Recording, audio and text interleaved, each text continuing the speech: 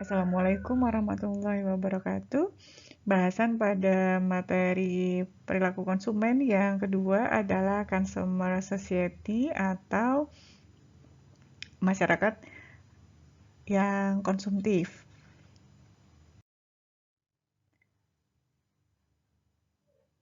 Pada masyarakat yang konsumtif ini, sebelumnya kita akan membahas terkait kebudayaan yang munculnya dipengaruhi oleh remaja dalam suatu daerah, kemudian budaya urban hip hop, kemudian pesan yang disampaikan yaitu anti penindasan atau ras terkait orang kulit hitam ya, karena ini diambil dari buku referensi dari luar. Kemudian rasa di luar ya, di masyarakat. Ada sebuah pergerakan yang terjadi dan dipengaruhi oleh beberapa instrumen. Yang pertama adalah periklanan, serta sistem mode atau fashion yang ada, kemudian consumption ritual atau ritual konsumsi. Jadi kebiasaan yang dilakukan oleh konsumen untuk mengkonsumsi sebuah produk ini menjadi instrumen suatu pergerakan ataupun perubahan. Kemudian destinasinya atau tujuannya untuk perubahan ini adalah cultural value dan simbol, nilai budaya, kemudian berubah menjadi consumer goods, produk-produk yang dikonsumsi oleh masyarakat, kemudian individual konsumsi ya.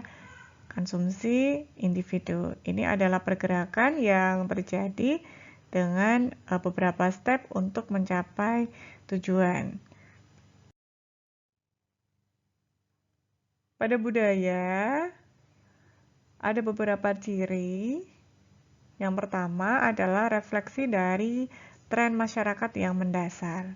Jadi mencerminkan tren masyarakat di suatu daerah, kemudian gaya dimulai sebagai beresiko oleh kelompok kecil, kemudian menyebar ketika orang lain menjadi aware ya, atau percaya diri. Jadi sebelumnya untuk fashion atau budaya ini dimulai oleh kelompok kecil, kemudian bisa meluas jika orang lain ini merasa bahwa budaya tersebut ada ataupun mereka sudah percaya diri untuk menggunakan seperti kelompok lain gunakan. Kemudian gaya sebagai interaksi antara penemuan yang disengaja oleh konsumen yang memodifikasi gaya agar sesuai dengan kebutuhan. Jadi sebetulnya untuk ciri yang ketiga ini adalah hasil dari gabungan antara style atau fashion sesuai dengan yang dibutuhkan oleh konsumen. Kemudian produk budaya ini menjadi semakin meluas dan orang-orang media berpengaruh terhadap budaya ini sehingga berhasil untuk memperluas dari sisi media. Kemudian sebagian besar gaya akhirnya mulai sudah tidak gunakan atau sudah diupdate yang baru atau kita sebut dengan aus, sudah lama ya. Dalam budaya ini kita mengenal Culture Production Process atau CPS. Artinya adalah sebagian individu dan organisasi yang bertanggung jawab untuk menciptakan dan memasarkan produk budaya. Ada 3 bagian dari CPS. Yang pertama adalah subsistem kreatif, subsistem manajerial, dan subsistem komunikasi. Dari sini, untuk step awalnya adalah dari simbol pool ya, dari bagian atas, kemudian kreatif sistem, subsistem, dan manajerial subsistem ini dikombinasi hasilnya adalah culture production system. Jadi budaya ini memproduksi dan berubah menjadi communication subsystem. Setelah menjadi subsistem komunikasi, akhirnya muncul cultural gatekeepers. Jadi untuk penjaga atau filter jadi budaya, ada formal gatekeepers dan informal gatekeepers. Kalau formal ini contohnya adalah casting director, radio programmers, textbook authors, kemudian retail buyer atau pembeli konsumen retail, restoran reviewer, ya ada orang yang mereview terkait suatu tempat makan ataupun resto.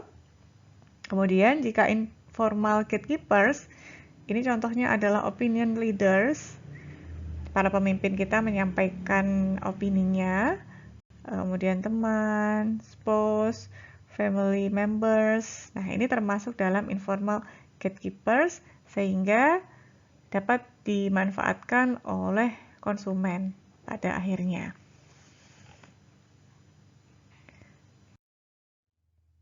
Cultural gatekeepers atau filter budaya bertanggung jawab untuk menyaring limpahan informasi dan materi yang disampaikan untuk konsumen.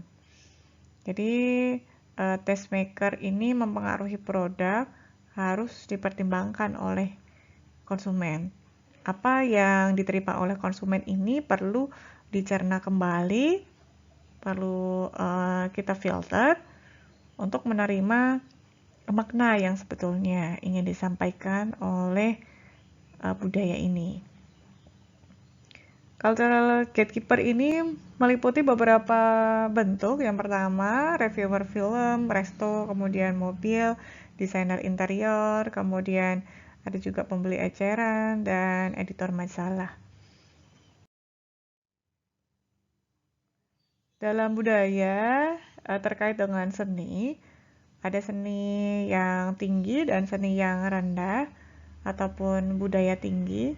Nah, ini berbaur antara budaya yang tinggi dengan yang rendah.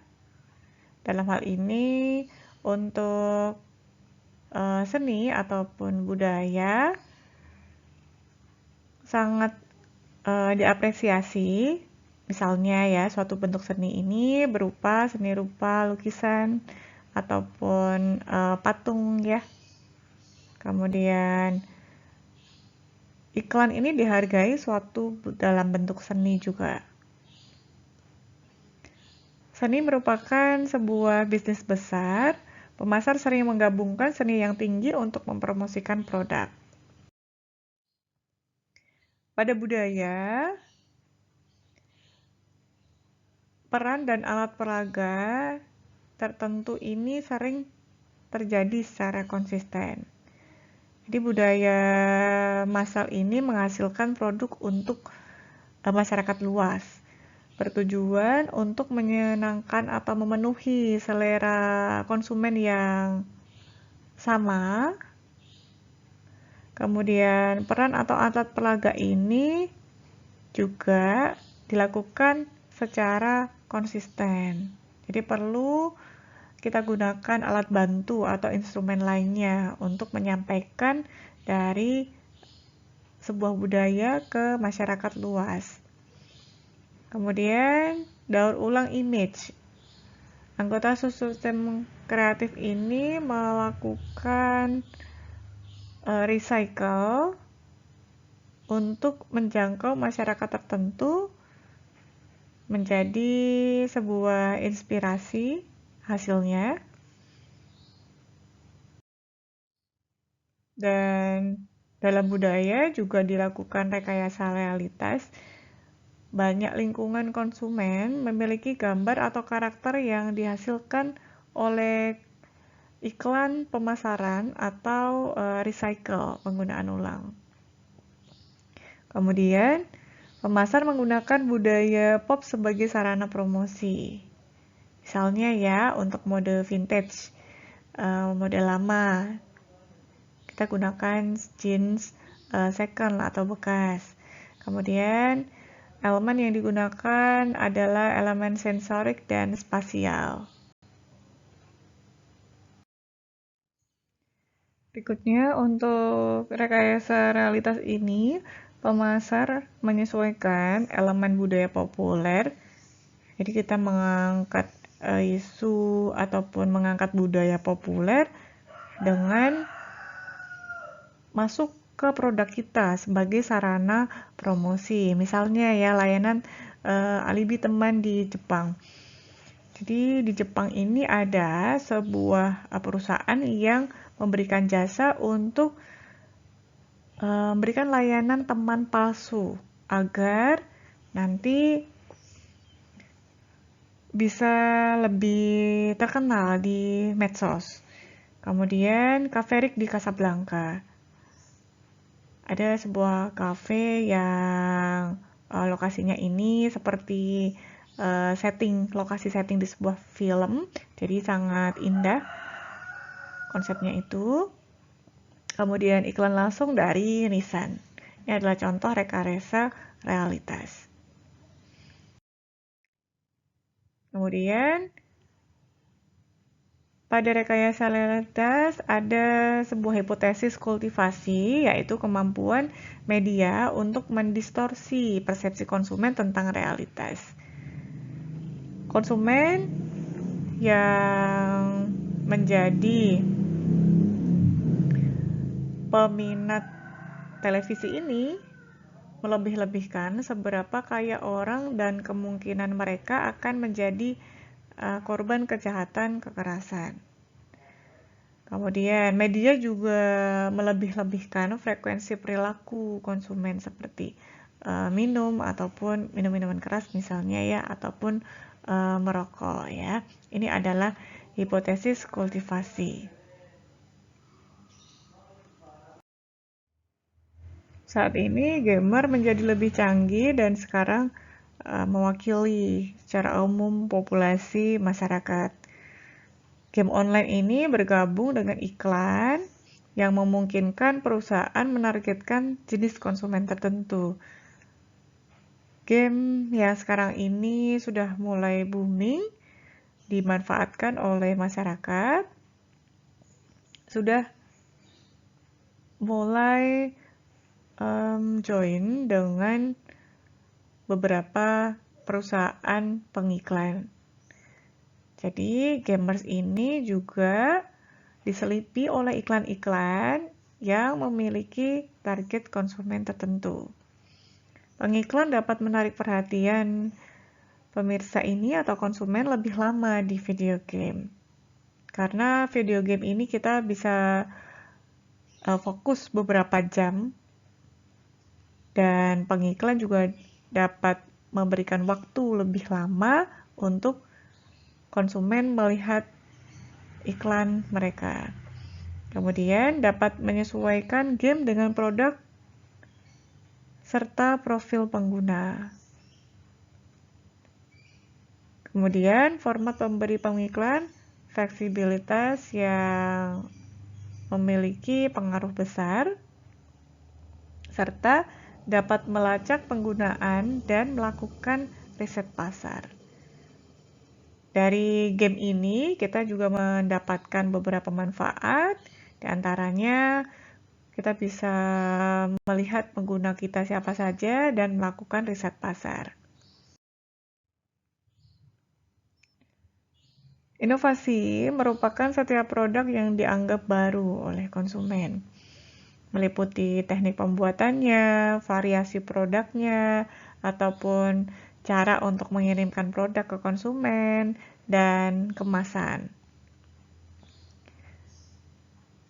Kemudian difusi inovasi artinya adalah inovasi yang berhasil menyebar ke seluruh populasi ataupun masyarakat dengan kecepatan yang berbeda-beda. Nah, ini adalah jenis pengadopsi.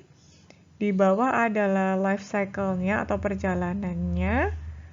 Kemudian bagian atas ini adalah percentage adoptingnya. Jadi seberapa besar mengadopsinya dari tahapan perkenalan, introduction, growth, pertumbuhan, maturity, kedewasaan.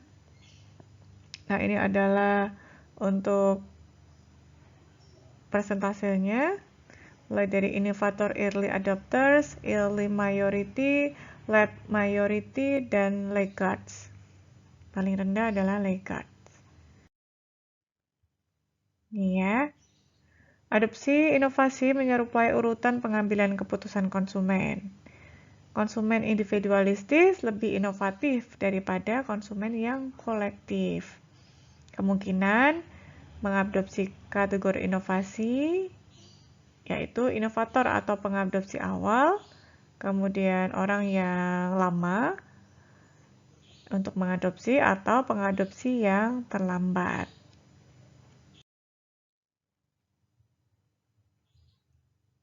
Innovators ini cenderung spesifik kategorinya dan risk taker ya, memilih resiko, tingkat pendidikan atau pendapatan yang lebih tinggi, aktif secara sosial, dan merupakan pengguna utama. Jadi inovator ataupun orang yang melakukan inovasi memiliki karakteristik seperti cenderung spesifik kategorinya, merupakan risk taker atau tipikal yang mengambil resiko, memiliki tingkat pendapatan dan pendidikan yang lebih tinggi, aktif dalam sosialnya, dan merupakan pengguna utama suatu produk. Kalau pengadopsi awal, ini kepedulian terhadap penerimaan sosialnya atau produk ekspresif, dan dalam kategori produk atau nilai ini terlibat. Kemudian cenderung perubahan gaya uji cobanya di pasar. Jadi kalau pengadopsi awal ini cenderung untuk mencoba dulu, kemudian terlibat dalam kategori suatu produk. Ini produknya mewakili produk apa, kemudian diberikan nilai.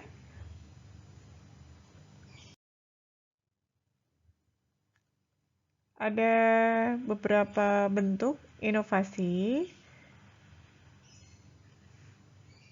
Yang pertama adalah inovasi berkelanjutan, yaitu evolusioner daripada revolusioner. Kemudian inovasi berkelanjutan yang dinamis, kalau tadi evolusioner ya, daripada revolusioner. Dalam bagian yang kedua adalah perubahan yang lebih nyata pada produk yang ada. Kemudian kalau inovasi terputus-putus menciptakan perubahan besar, perubahan yang besar, inovasi terputus-putus. Beberapa syarat untuk adopsi yang berhasil. Yang pertama adalah kesesuaian. Inovasi yang dilakukan harus sesuai dengan gaya hidup konsumen. Kemudian uji coba. Orang yang lebih cenderung mengadopsi suatu inovasi jika mereka bisa bereksperimen dengan membeli. Nah, ini yang akan dipilih. Kemudian kompleksitas. Produk mudah dipahami akan dipilih daripada pesaing. Kompleksitas ya. Konsumen akan memilih produk yang lebih mudah dipahami. Konservabilitas, inovasi yang mudah diamati lebih cenderung menyebar. Inovasi yang mudah diamati ini akan cepat meluas. Kemudian keuntungan relatif, produk harus menawarkan keunggulan yang tinggi dibandingkan dengan pesaingnya. Kategori budaya merupakan cara dasar untuk mencirikan dunia, mencerminkan makna yang diberikan pada sebuah produk. Budaya membuat perbedaan antara waktu, kemudian jenis kelamin, pekerjaan. Aspek utama pada budaya ini tercermin pada desain atau pemasaran barang. Misalnya, untuk menyampaikan suatu produk menggunakan kostum politisi, bintang rock, kemudian untuk tahun 50 sampai dengan 60-an menggunakan untuk atmosfernya adalah ruang angkasa. Kemudian warna busana untuk setiap musim berbeda-beda. Musim dingin, kemudian musim panas, musim salju, ini warnanya memiliki diferensiasi masing-masing. Kemudian perspektif ilmu perilaku tentang fashion dibagi menjadi beberapa poin. Yang pertama, model psikologis fashion, yaitu kesesuaian, kemudian pencarian variasi, ketertarikan, pergeseran zona sensitif seksual dan kebugaran premium. Kemudian model ekonomi fashion, ini tergantung dari permintaan dan penawaran di pasar. Kemudian pada model sosiologis fashion terjadi karena model seleksi kolektif ya atau hip hop. Kemudian teori tetesan ke bawah, misalnya mode massal yang menggantikan mode elit. Kemudian efek tetesan silang, ini perpaduan antara atas dan bawah, dan mode saat ini mengalir dari kelas bawah.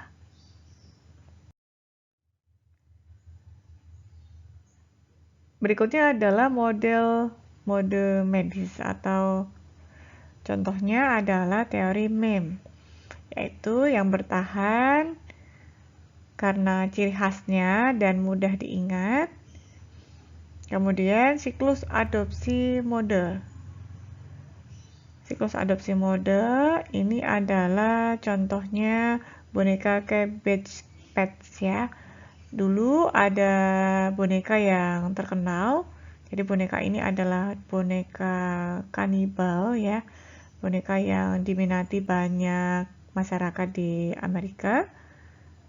Boneka yang memakan tangan anak-anak ataupun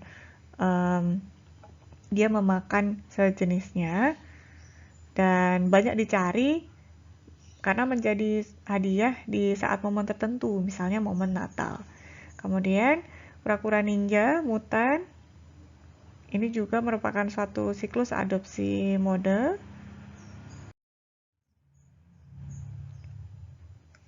Berikut gambar untuk siklus mode normal. Yang pertama inovasi, kemudian rise, meningkat ya, acceleration. Yang keempat adalah general acceptance, dan turun, decline. Dan yang terakhir adalah yang keenam. Pada integration, ini tahap pertama innovation dan mulai rise, meningkat. Kemudian acceptance stage pada ketiga, akselerasi dan general acceptance, dan penurunan ini terjadi pada decline dan tahap yang terakhir.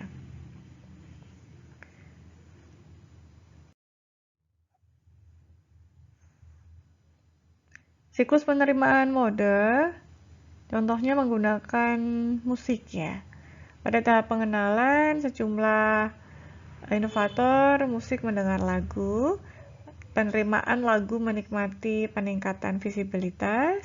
Pada tahap regresi, lagu mencapai tahap kejenuhan karena terlalu sering didengarkan oleh konsumen. Dan klasik, mode siklus penerimaannya yang sangat panjang. Kemudian mode ini berumur singkat ya, hanya singkat.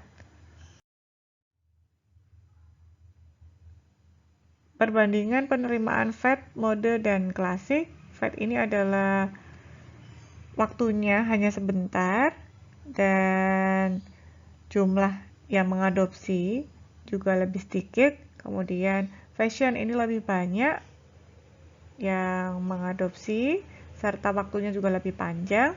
Kalau klasik, klasik ini selalu mengalami peningkatan ya di waktu lebih panjang dibandingkan dengan fashion. Pedoman untuk tren jangka panjang, yang pertama harus sesuai dengan perubahan gaya hidup masyarakat.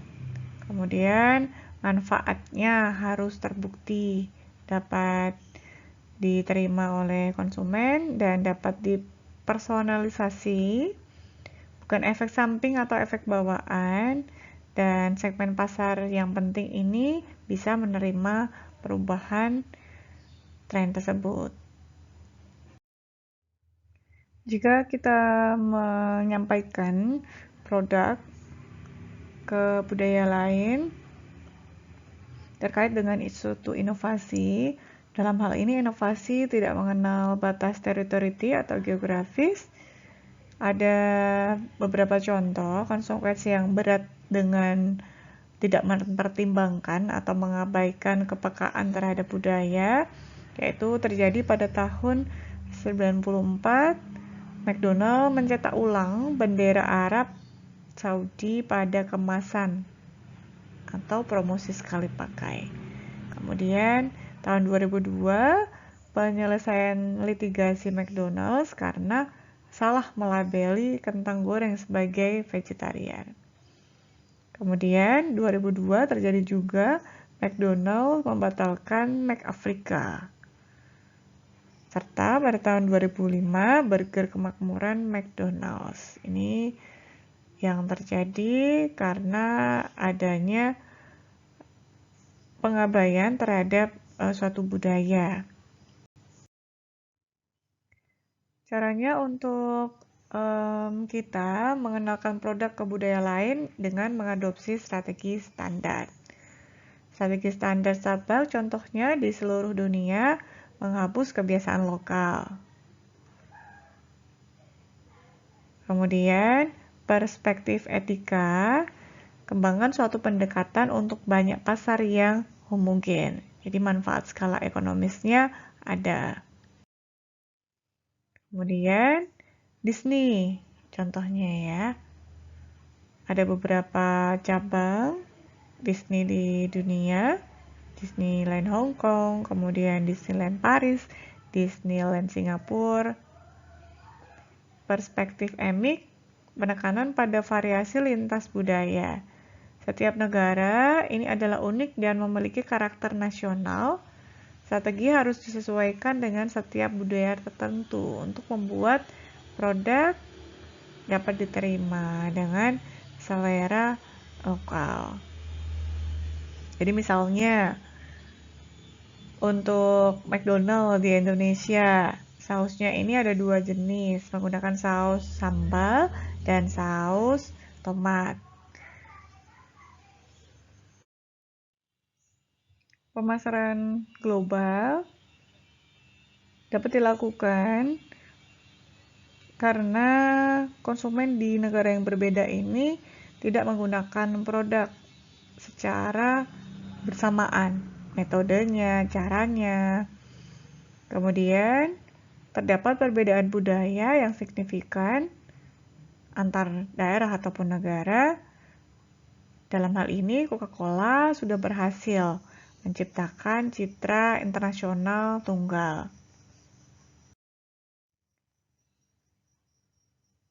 Upaya yang dilakukan dengan 2 jenis segmen konsumen, yaitu warga dunia yang kaya terpapar ide-ide di seluruh dunia melalui perjalanan, kontak bisnis, dan media. Kemudian kalau kaum muda ini dipengaruhi oleh media televisi ataupun media lainnya. Ada 3 dimensi merek global. Yang pertama adalah sinyal kualitas, yaitu kita memiliki jangkauan yang global. Kelebihannya adalah pada kualitas atau keunggulannya. Mitos global, yaitu merek merupakan simbol cita-cita budaya. Dan tanggung jawab sosial, yaitu perusahaan diharapkan untuk mengatasi masalah sosial masyarakat.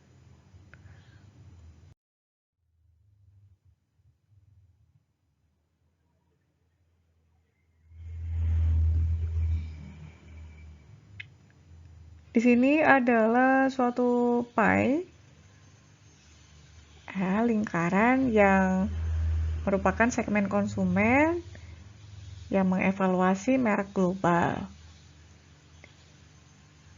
Warga global ya atau global citizen ini adalah 50% dari pie atau setengah lebih dari pie secara keseluruhan, yaitu kesuksesan global sebuah perusahaan dari sinyal kualitas.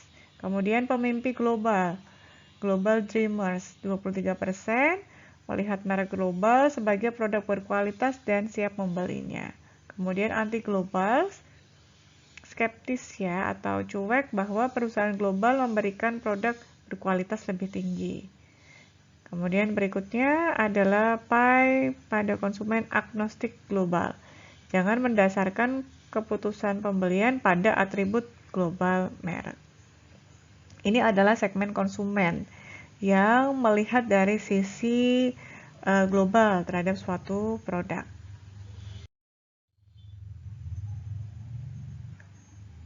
Kreolisasi merupakan pengaruh asing menyatu dengan makna lokal. Misalnya ya, anak laki-laki Peru ini membawa batu yang dicat seperti radio. Kemudian bungkus sifat regal pada Dream di dataran tinggi Papua Nugini. Kemudian orang Jepang menggunakan kata-kata barat untuk menarik sesuatu.